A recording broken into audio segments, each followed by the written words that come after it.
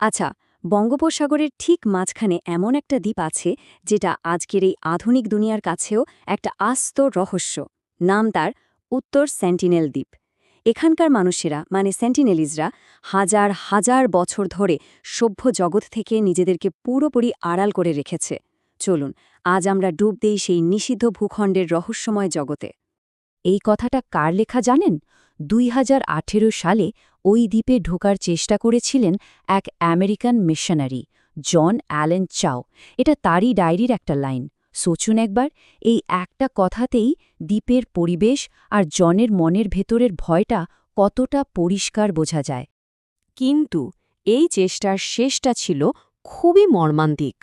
জনের মৃত্যু দ্বীপের বাসিন্দাদের চরম বিচ্ছিন্ন থাকার ইচ্ছেটা আর বাইরের দুনিয়ার প্রতি তাদের মনোভাবের এক নির্মম সত্যি আমাদের সামনে এনে দেয়।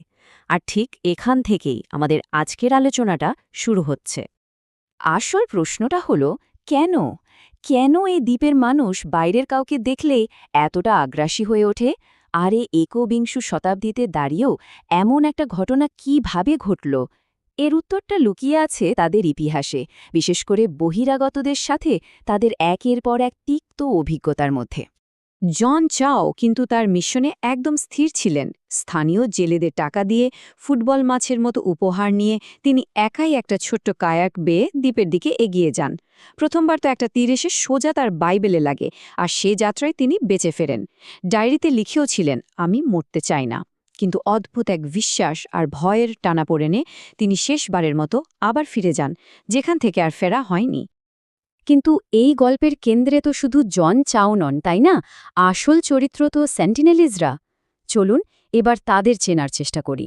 কারা এই মানুষেরা যারা আজকের দিনেও নিজেদের ইচ্ছায় সভ্যতার বাইরে থেকে গেছে? বিশ্বাস করতে কষ্ট হয়, কিন্তু বিজ্ঞানীরা মনে করেন প্রায় ৬০,০০০ বছর ধরে তারা বাকি পৃথিবী থেকে একদম আলাদা হয়ে আছে। ভাবা হয় আফ্রিকা থেকে মানবজাতির প্রথম যে অভিযাত্রা শুরু হয়েছিল তারই একটা শাখা হয়তো এখানে এসে থেমে যায়, আর তারপর থেকে সময়ও যেন তাদের জন্য ওখানেই আটকে গেছে। তাদের জীবনযাত্রা আজও প্রস্তরযুগকে কেন্দ্র করেই চলে। তার মানে এই নয় যে তারা পিছিয়ে আছে, বরং তাদের জগৎটাই আমাদের থেকে একেবারে ভিন্ন। তারা শিকার করে, বনের ফলমূল আর মধু সংগ্রহ করে বেঁচে থাকে। কৃষিকাজ বা ধাতুর ব্যবহার তাদের অজানা। প্রকৃতির সঙ্গে মিলেমিশে থাকার এক অসাধারণ উদাহরণ বলা যেতে পারে। দূর থেকে যতটুকু পর্যবেক্ষণ করা গেছে তাতে মনে হয় তাদের জনসংখ্যার শখানেকের বেশি হবে না। তাদের ভাষাটা পৃথিবীর আর কোনো ভাষার সাথে মেলে না, মানে পুরোপুরি একটা রহস্য। তারা খুবই দক্ষ শিকারী, তীরধনুক আর বর্ষা তাদের সব সময়কার সঙ্গী।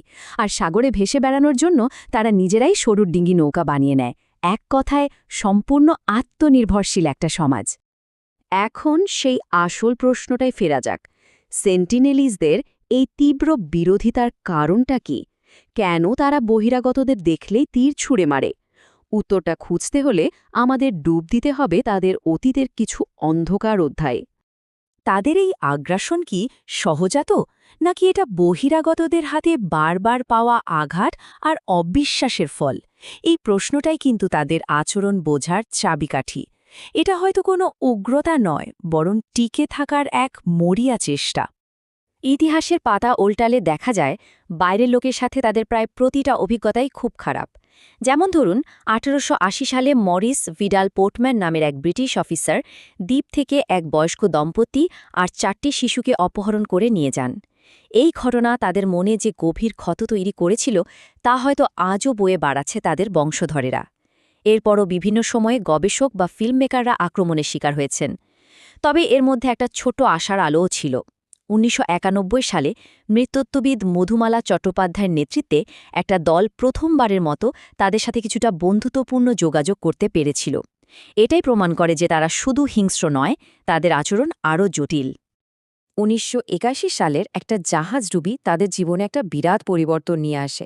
প্রিমরোজ নামের একটা জাহাজ চড়ায় আটকে যাওয়ার পর সেন্টিনেলিজরা সেই পরিত্যক্ত জাহাজ থেকে লোহা সংগ্রহ করতে শেখে, আর সেই লোহা দিয়ে তারা বানিয়ে নেয় আরও ধারালো আর মারাত্মক তীরের ফলা। এটা ছিল তাদের জন্য একটা বিশাল প্রযুক্তিগত লাভ। মজার ব্যাপার হলো, সেই জাহাজের ধ্বংসাবশেষ আজও গুগল ম্যাপে দেখা যায়, যেন ইতিহাসের এক নীরব সাক্ষী হয়ে দাঁড়িয়ে আছে। ১৯৯১ সালের সেই বিরল শান্তিপূর্ণ যোগাযোগের সময়কার এই ঘটনাটা কিন্তু অসাধারণ। যখন একজন সেন্টিনেলিজ পুরুষ তীর ছুঁড়তে যাচ্ছিল, তখন একজন মহিলায় তাকে থামিয়ে দেন। এই দৃশ্যটা আমাদের চোখে আঙুল দিয়ে দেখিয়ে দেয় যে তাদের সমাজেও আলোচনা, শান্তি আর মানবিকতার জায়গা আছে। তারা কেবলই হিংস্র আদিবাসী নয়, তার চেয়ে অনেক বেশি সংবেদনশীল।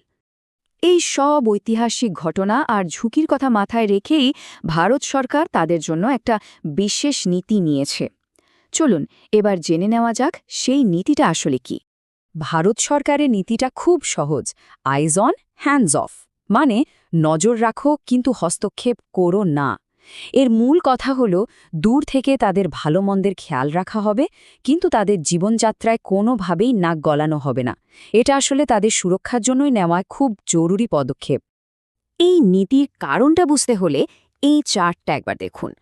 আন্দামানেরই আরেক জনগোষ্ঠী গ্রেট আন্দামানিজদের সংখ্যা একসময় ছিল প্রায় ৫,০০০, কিন্তু বাইরের জগতের সংস্পর্শে আসার পর আজ তারা মাত্র ৪১ জনে এসে ঠেকেছে। এই পরিসংখ্যানটা একটা ভয়ঙ্কর সতর্কবার্তা দেয় অবাঞ্ছিত যোগাযোগের ফল কতটা মারাত্মক হতে পারে। দেখুন, তাদের একা থাকতে দেওয়ার পেছনে কয়েকটা খুব শক্ত যুক্তি আছে। প্রথমত, রোগ প্রতিরোধ ক্ষমতা। আমাদের সাধারণ সর্দি কাশিও তাদের জন্য একটা মহামারী হয়ে যেতে পারে। দ্বিতীয়ত, তাদের হাজার হাজার বছরের পুরনো সংস্কৃতি, ভাষা আর জীবনধারা চিরতরে হারিয়ে যাওয়ার ভয়। আর সবচেয়ে বড় কথা হলো, এটা তাদের নিজেদের ইচ্ছে। তারা বারবার খুব পরিষ্কারভাবে বুঝিয়ে দিয়েছে যে তারা একা থাকতে চায়। আর ঠিক এখানেই উত্তর সেন্টিনেল দ্বীপ আমাদের সবার সামনে এক গভীর নৈতিক প্রশ্ন দাঁড় করিয়ে দেয়। এমন একটা প্রশ্ন যার কোনো সহজ সরল উত্তর হয়তো নেই। বিতর্কটা আসলেই দুটো দিকে ভাগ হয়ে যায়। একদল মনে করে আধুনিক চিকিৎসা বা প্রযুক্তির সুবিধা তাদের কাছে পৌঁছে দেওয়াটা আমাদের মানবিক দায়িত্ব, এতে হয়তো তাদের জীবনযাত্রার মান বাড়বে। কিন্তু অন্যদিকে বেশিরভাগ বিশেষজ্ঞ আর নৃত্যতত্ত্ববিদ মনে করেন এই ধরনের হস্তক্ষেপই তাদের ধ্বংসের কারণ হবে। তাদের মতে সেন্টিনেলিজদের একা থাকতে দেওয়াই তাদের বাঁচিয়ে রাখার একমাত্র উপায়, আর এটাই তাদের অধিকার। শেষ পর্যন্ত প্রশ্নটা এসে দাঁড়ায় আমাদের নিজেদের দিকেই। আমাদের জানার আগ্রহ বা কাউকে উন্নত করার আকাঙ্ক্ষা কি এতটাই বড় যে তার জন্য একটা গোটা মানব গোষ্ঠীর অস্তিত্বকেই আমরা বাজি রাখতে পারি? এই প্রশ্নটা শুধু সেন্টিনেলিজদের নিয়ে নয়, আমাদের নিজেদের সভ্যতা আর মানবিকতা নিয়েও।